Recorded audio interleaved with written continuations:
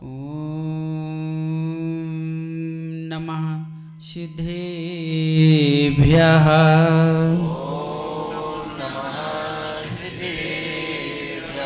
जय मंगलभूतारं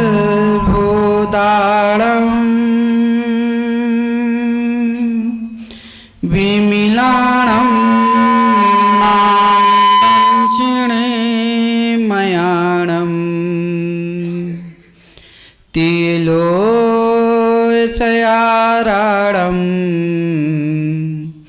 नमो शियाशवसिद्धारं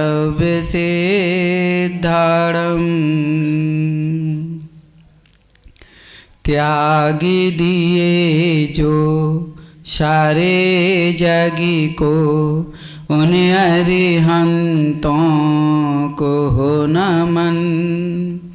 नाशो किए जो अष्ट कर्मी को उन सिद्धों को करूं नमन। 36 25 गुण के धारी शूरी पाठक जन को नमन। ज्ञानो ध्यानो तप लीन निरंतर सर्व साधु को करूं नमन। सर्व साधु को करूं नमन। सर्व साधु को करूं नमन। जय बोलिए अनंत अनंत सिद्ध परमेश्वर भगवान की। जय बोलिए देवादिदेव खजाराट श्री मुनि सुब्रतनाथ भगवान की। जय बोलिए परम पूज्य अध्यात्म योगी आचार्य भगवान कुंद कुंद स्वामी की। जय बोलिए परम पूज्य वात्सल्य दिवाकर आचार्य भगवान विमल सागर जी महाराज की। जय बोलिए महातपस्वी आचार्य भगवान सन्मति सागर जी महाराज की। जय बोलिए परम पूज्य गणाचार्य विराग सागर जी महाराज की। जय बोलिए परम पूज्य आचार्य भगवान सुंदर सागर जी महाराज की। जय बोलिए परम पूज्य आचार्य भगवान विशुद्ध सागर जी महाराज की। जैन धर्म की जय।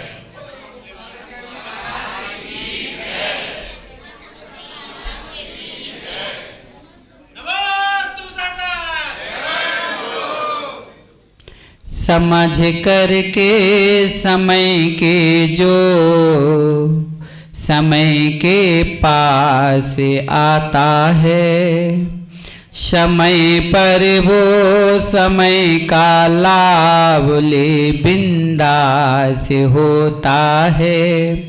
समय अनमोल कितना है समझ वाला ही ये समझे। समय अनमोल कितना है समय वाला ही ये समझे। समझ से वो समय पर ही पुण्य वाला ही होता है। समझ करके समय के जो समय के पास आता है। समय एक वो भी समय है, आज ये भी समय है, लेकिन इस समय को समय दे करके और अपने समय को समय सार का सार प्राप्त कर लेना हर किसी की समझ में नहीं आता है। समय आ गया लेकिन समझ नहीं आई, और जब समझ आती है तब तक समय अपना आगे बढ़ गया होता है। अगर समय पे समझ को लगा दो, अपनी समझ में समय को ला लो, तो फिर तुम्हें कहीं भी भटकने की जरूरत नहीं है। चर्चा चल रही थी कि महाराज क्या धर्म का लोभ हो जाएगा? अरे धर्म का लोभ कभी नहीं होगा, और जिस दिन धर्म का लोभ हो जाएगा समझ लेना कि यहां कुछ भी बचने वाला नहीं है। व्यक्ति अपने स्वभाव से दूर हो चुका है, अपने स्वभाव को अपनी सत्यता को दूर रहा है कि ढूंढ रहा है कि कहाँ है मेरा सत्ता, लेकिन सत्ता दूसरों में नहीं, सत्ता हमारे अंदर बैठी है। लेकिन वो भी समय था, आज भी समय है एक समय ऐसा था कि जब जिनेंद्र दिव्य भगवान साक्षात समोसन में विराज करके हमें धर्म उपदेश दे रहे थे, हमारी सत्ता का भान करा रहे थे, लेकिन हमने तब नहीं सुना। क्यों? क्योंकि समझ नहीं थी। जाकर के पूछना मारीची के जीव से कि हे मारीची, तुम्हारे प्रथम तीर्थंकर जो आदिनाथ तुम्हारे ही पिता के पिता थे, जब तुम्हारे पिता के पिता आदिनाथ भगवान आपको उपदेश दे रहे थे, आपकी सत्ता का भान करा रहे थे, तब आप क्यों भाग गए? क्या समय नहीं था? अरे समय था, लेकिन तब समझ नहीं थी।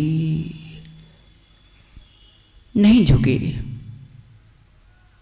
नहीं झुके, नहीं की वंदना, निकल पड़े समोशरण के बाहर। लेकिन जब समय आया और समय पर समझ आई और समझ पर समय आया, तभी वही मरीचि का जीव जब तक वंदना नहीं करता था तो वंदनी नहीं हो पाया, और जिस दिन से वंदना प्रारंभ कर दी तो वो भी वंदनीय हो गया। लेकिन वंदनी बनने के पहले वंदना प्रारंभ करना पड़े, लेकिन वंदना को हमने बंद तो कर दिया, लेकिन वंदना नहीं कर पाए। गदिया जी, समय कम है, समझ अब आ जाए तो अच्छी बात है। अभी भी समय है, समय है। समय पर गंगवाल जी इनसे कहो कि समझ को जागृत रख लो। समझ को क्यों दबा के रख? अपनी समझ को ऊंचा उठाइए। जितनी समझ के ऊंचा उठाओगे, समय उतना नजदीक, उतना विशाल तुम्हारे साथ रहेगा। समय तो सब चाहते हैं, लेकिन समझ देना नहीं चाहते। अब देखना कि कितने लोग अपना समय निकाल के समय को समय देना चाहते हैं, कि अपनी समझ से अपने समय को पाना चाहते हैं। लेकिन विडंबना एक ही खड़ी है। विडंबना एक खड़ी है कि सत्य को सुनना तो चाहते हैं, लेकिन स्वीकार करना कोई नहीं चाहता। क्या करें गंगवाल जी? क्या हुआ कि हमारे दिनेश भैया जी हैं, और दिनेश भैया की पुत्री की शादी का समय हो गया। पुत्री बराबरी की हो गई, उम्र होती जा रही। अब दिनेश भैया को दिन ही दिन टेंशन कि कब इसके पीले हाथ हों, कब इसकी जिम्मेदारी हमारी पूर्ण हो कि इसका घर बस जाए। अरे दिनेश भैया क्या, जितनी माँ जिनके घरों में बेटियां जब बराबरी की हो जाती हैं, शादी की योग्य हो जाती, तो हर कोई चाहता है कि इस समय पर इसका साथ हो जाए, इसका संबंध हो जाए, अपने घर चली जाए, अपनी गृहस्थ जीवन को प्रारंभ कर दे। और जब तक गदिया जी बेटी का विवाह नहीं होता, तब तक उस पिता से पूछो कि बेटी घर में बराबरी सियानी बेटी बैठी हो, उस पिता को कितना अच्छा भोजन अच्छा लगता है और कितनी गहरी नींद आती है। पूछो, आएगी क्या? नहीं आती। ऐसे ही दिनेश भैया के घर में अब बेटी सियानी बैठी है। अब बेटी की शादी करना, करें तो करें क्या? बेटी की भी शर्त है। आजकल की बेटियों की पहले शर्त आ जाती है। वो दिन अलग था, वो समय अलग था कि जब बेटियां कहती कि पिताजी जब चाहो, जहां चाहो, जिसके साथ कहो, जब हमारा आप संबंध कर देना, हम अपने मुख से कुछ नहीं कहेंगे। वो कुलवंती कन्याएं अपने पिता के सामने मुख नहीं खोलती थी, आंख उठा के नहीं देखती थी। अब तो पिता को ही मुख बंद करना पड़ता है और आंखें नीचे झुका के बैठना पड़ता है। कहां गया वो समय? कैसी सोच बढ़ गई? कौन सी समझ पर समझ बढ़ा ली कि अब वो समय भी अपन ने खो दिया। लेकिन संस्कारवान के घर में संस्कार बेटियां भी होती हैं। जो स्वयं संस्कार में जीते हैं तो उनके घर में ही संस्कार बेटियां पलते हैं, बच्चे पलते हो, धर्म चलता है। हर किसी के घर में धर्म नहीं पलता। धर्म तो होता है, लेकिन धर्म चलता नहीं, पलता नहीं है। अब बेटी का नियम था कि पिताजी आप जहां चाहो विवाह कर देना, लेकिन मेरी एक शर्त है कि जिस लड़की के साथ मेरे 100 में 100 गुण मिल जाएं, तो उस लड़की के साथ मेरा विवाह कर देना। कम से कम गुण तो एक से मिल जाएं, गुण बराबरी के मिलेंगे तो हम अपना जीवन अच्छे से जी पाएंगे। जब गुण ही अच्छे नहीं मिलेंगे तो हम क्या जीवन अच्छे से जिएंगे? अब पिताजी को एक ही टेंशन कि चलो बेटी ने कम से कम ये तो नहीं कहा कि फलानी के संग शादी कर दो, इतना ही तो बोला है कि जिस लड़के के साथ मेरे 100 में गुण मिल जाए अनंत भैया, उसके साथ कर देना। पिताजी ने चारों ओर संदेश पहुंचाए, कुंडली फैला दी, लेकिन कहीं पर 30, 35, 36 से आगे गुण मिलती नहीं थे। अब दिनेश भैया तो परेशान थे कि मेरी बेटी के साथ कौन सा ऐसा वर उत्तम आएगा कि जो मेरी बेटी के साथ विवाह होगा। और चलते चलते वो समय भी आ गया। आचार्य भगवान कहते धैर्य रखिए, समय सबका आता है, समय सबको जवाब दे देता है, लेकिन धैर्य रखने की जरूरत है। लेकिन अपनी समझ को समझ में लगा के रखना, ना कि समझ को बेसमझ मत बना बैठना। समय दो, सबका समाधान होता है। और एक दिन आ ही गया कि एक बड़ी शहर के राजा के राजकुमार की कुंडली दिनेश भैया की बेटी से मिल गई। अब वहां पर लड़के की कुंडली और किसी से नहीं मिल रही थी। जैसे तैसे 100 में 100 तो नहीं मिले, 98 तक तो गुण मिल गए। 98 गुण मिल गए। और जैसे ही 98 गुण मिले, बंडा वाले तुम्हें कितने मिल गए? मिले आपके कितने मिले? 30, 35, 70, 27, इतने से ज़्यादा तो नहीं मिले होंगे। 23 मिले। फिर भी 25 में 2 कम रह गए। लेकिन यहां पर जब 100 में 100 की बात चली, 98 गुण मिले गदिया जी। अब कोठारी जी को तो खुशी नहीं समारी। कोठारी जी तुरंत पहुंच गए, दिनेश भैया बधाई हो, अब तो रिश्ता पक्का कर दी, इतना अच्छा राजा का लड़का मिल गया, तू शादी कर दे। उन्होंने कहा कि भाई खुशी तो है कि कम से कम ये संबंध बैठ जाए तो और अच्छा, लेकिन मेरी बेटी की शर्त है कि जहां 100 में 100 गुण मिले। अरे कोई बात नहीं, हम तुम्हारी बेटी से बात करेंगे, हम समझाएंगे। और जैसे ही बेटी से बात की कि बेटी देख तेरे पिता कितने परेशान रहते हैं, कितने टेंशन में रहते हैं, क्या तू अपने पिता के दुख दर्द को दूर नहीं कर सकती, उनकी टेंशन मुक्त नहीं कर सकते? एक बार कम से कम इतना तो कंप्रोमाइज कर लो कि 100 में 100 नहीं तो कम से कम 98 तो मिल रही है। प्रकाश चंद जी कितने मिल रहे हैं? 98 गुण मिल रहे, कम से कम इतना तो स्वीकार कर लो, 2 का कंप्रोमाइज कर लो, सही विवाह कर लो तो पिता की भी चिंता दूर हो जाए। अब तो पता चलेगा कि कितने मिले हैं। अब वो गंगवाल जी संदेश पहुंचाएगा कि आप हमारी बेटी को देखने आइए और ये रिश्ता हमें स्वीकार है। अब जैसे लड़के और लड़के के पिता जैसे ठाठ बाट से आए देखने के लिए, गंगवाल जी गए थे ना ठाठ बाट से देखने के लिए, बड़ी उम्मीदें लेके गए थे, बड़ी आशा लेगा कि चलो अब तो रिश्ता पक्का करके आएंगे, अगर हमारा लेन देन बिल्कुल फिट बैठता है, हमारी पूरी शर्तें स्वीकार होंगी तो ये रिश्ता हम पूरा आज ही पक्का करेंगे। और जैसे गए, लड़के ने लड़की को देखा, लड़की ने लड़के को देखा, एक दूसरे को मन भर लिया। अब लड़की वाले भी कम नहीं थे, वो भी अच्छे धनवान थे, लड़के वाले तो राजा ही थे, वो उनके पास तो खूब धन था। उन्होंने कहा मुझे धन से कोई लेन देन नहीं है, बस लड़का लड़की एक दूसरे को पसंद कर लें, ये हमें रिश्ता स्वीकार है।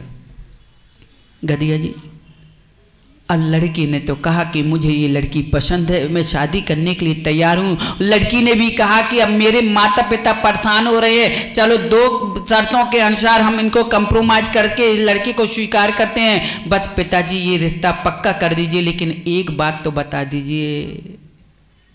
गंगवाल जी लड़की ने अपने ससुर होने वाले ससुर से क्या बात रखी कि पिताजी हम आपके घर के योग्य पुत्र वधू के रूप में आ रहे हैं, लेकिन हम इतनी सी जिज्ञासा रखते हैं कि हम ये जानना चाहते हैं कि आपके बेटे में जो 2 गुण की कमी है, वो 2 गुण की कमी क्या है? अगर ये 2 गुण की कमी हमें पता चल जाए तो हो सकता है कि मैं उसकी पूर्ति कर लूं, कम से कम उसमें हम बच के रहेंगे, संभल के तो जीवन जिएंगे। बंटा वाले कितने गुण की कमी थी? 2 गुण की कमी थी।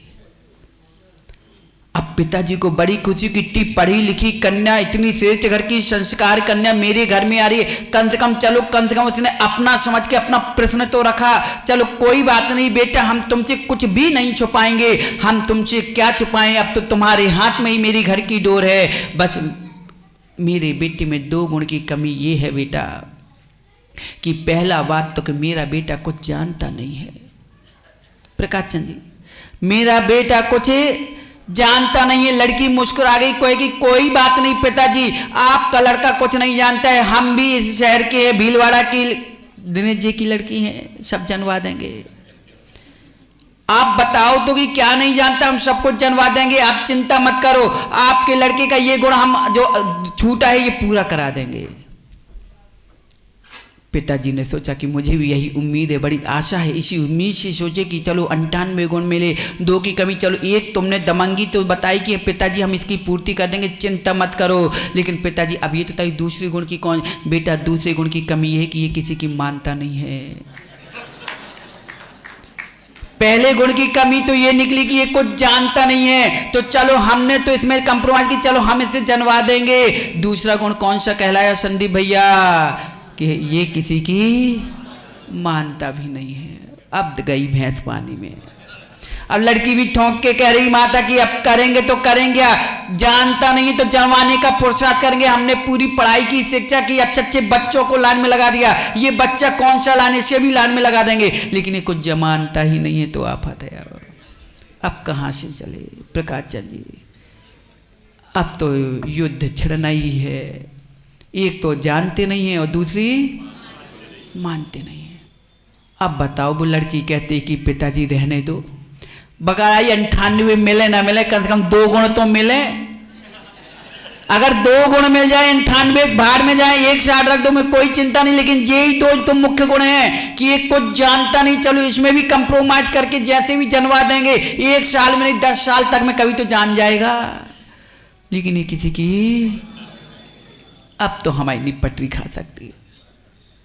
प्रकाश चंद जी, बस यही गुण के कारण, चाहे परिवार हो, चाहे समाज हो, चाहे राष्ट्र हो, एक तो 2 ही गुण के कारण तो बस पीछे जंग में छिड़ी हुई है कि किसी की मानते नहीं है। अगर ये पूरी समाज पूरे एक हो करके ये 2 गुण की पूर्ति कर लें, भले ही कोई एक भी गुण ना रहे, मात्र 2 गुण अपने जीवन में आ जाए, एक तो हम कुछ जानने का पुरुषार्थ करें और सबकी मानने का काम करें। बस प्रकाश चंद जी तो जान भी गए, मान भी गए, उनका तो हो गया रिश्ता पक्का। अब जाने जैन ज्योति वाले कि जानते भी नहीं और मानते भी नहीं है। और जब जानना भी नहीं हो, मानना भी नहीं हो, अपनी अपनी तानोगे तो क्या होगा बंडा वाले भैया? एक तो जानते नहीं हो, दूसरी मानते नहीं हो, और अपनी अपनी तानते रहते हैं, तो बस टूटन होती रहती, लड़ाई झगड़े चालू रहते हैं, कभी बंद होने वाले नहीं। इसलिए जानना भी जरूरी है, मानना भी जरूरी है। यही हुआ आदिनाथ के उस मरीचि के जीव में जीने वाले महावीर का, कि वो जानता कुछ नहीं था और आदिनाथ को मानता भी नहीं था। जब तक जाना नहीं, जब तक माना नहीं, तो वो भी मरीचि का जीव भव भव में भटकता रहा, लटकता रहा, चटकता रहा, लेकिन अपने सत्ता को नहीं प्राप्त कर पाया। और जिस समय उसने मानना शुरू कर दिया और जानना शुरू कर दिया गदिया जी, तो वही जीव महावीर बन के जगत में पूजने लग गया। जानना भी सीखिए, मानना भी सीखिए। अब तो लोग कहते हैं सुनो सबकी करो मन की। अरे सुनो सबकी करो मन की, लेकिन करना मन की वहीं जहां तुम मन में बस सको, जहां तुम मन में बस सको। ऐसे नहीं कि मन से उतर चलो।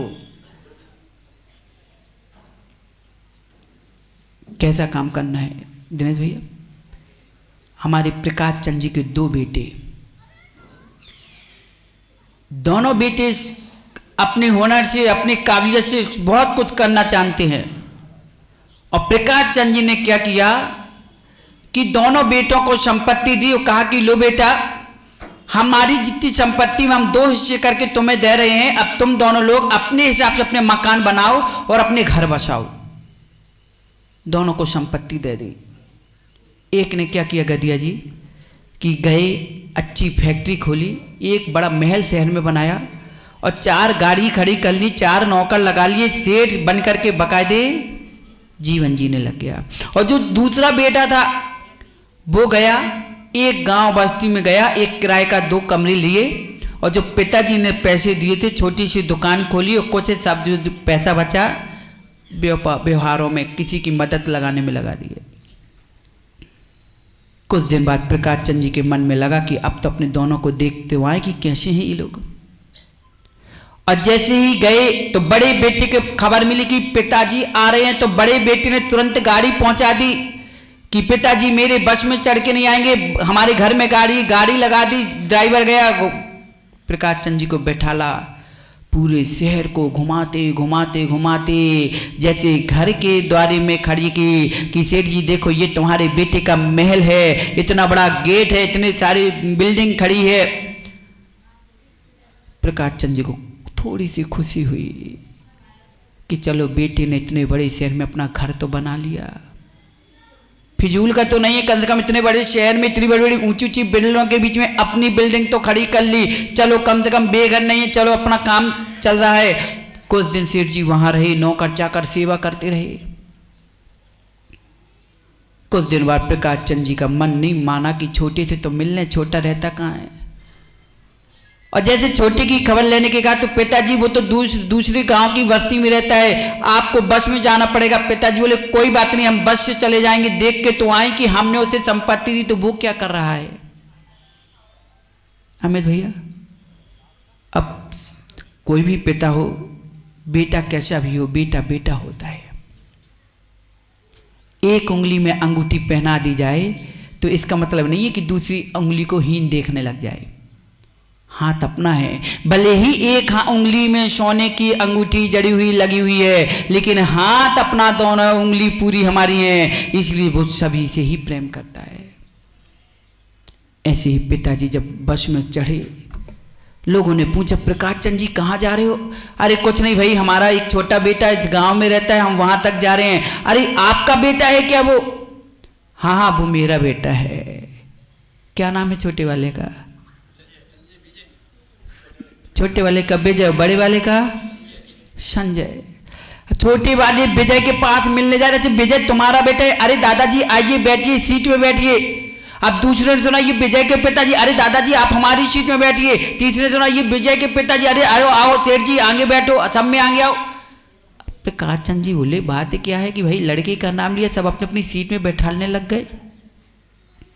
कोई बात नहीं, जैसे तैसे एक सीट में बैठ करके जैसे पहुंचे और जैसे ही बस से नीचे उतरे संदीप भैया, तो गांव वालों ने उनका थैला हाथ में ले लिया कि नहीं सेठ जी आप थैला लेके नहीं चलोगे, हम थैला लेके चलेंगे, हम भी तो आपके बेटे जैसे हैं।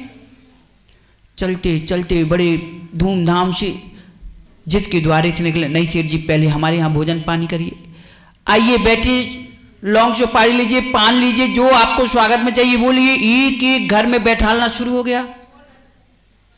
विजय को पता चला कि मेरे पिताजी गांव में आए हैं, तो विजय को भैया को शाम को पता चला, दौड़ते दौड़ते आए कि पिताजी हैं कहाँ।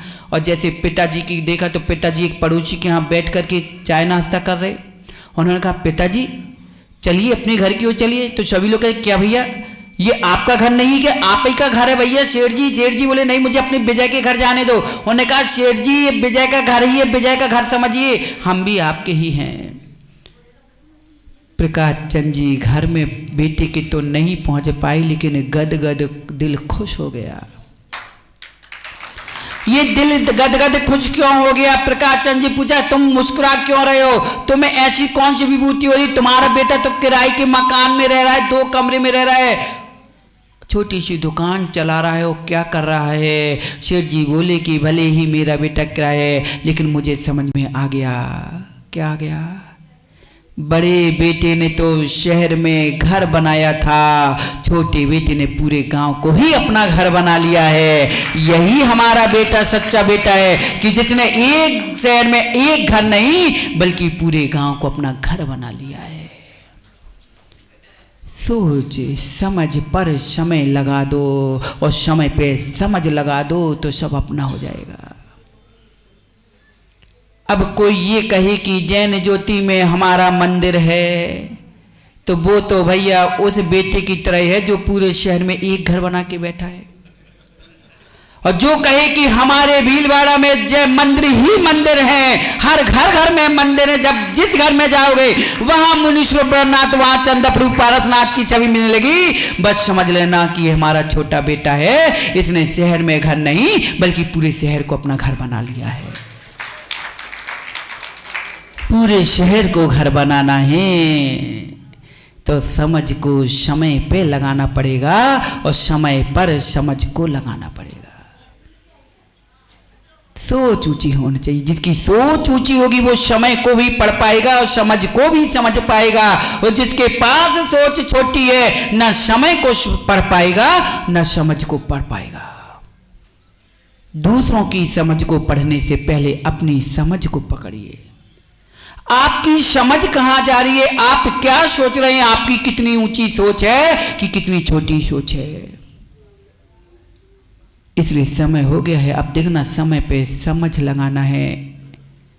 गंगवाल जी अब प्रकाश चंद जी से बोल देना कि जैसे संस्कार आपने अपने बच्चों को दिए हैं ऐसे संस्कार पूरी समाज के प्रतिनिधि जितने अधिकारी वर्ग सबको दो, कि मात्र अपने शहर में एक घर बना के मत रहना बल्कि पूरे शहर को अपना घर बना के रखना।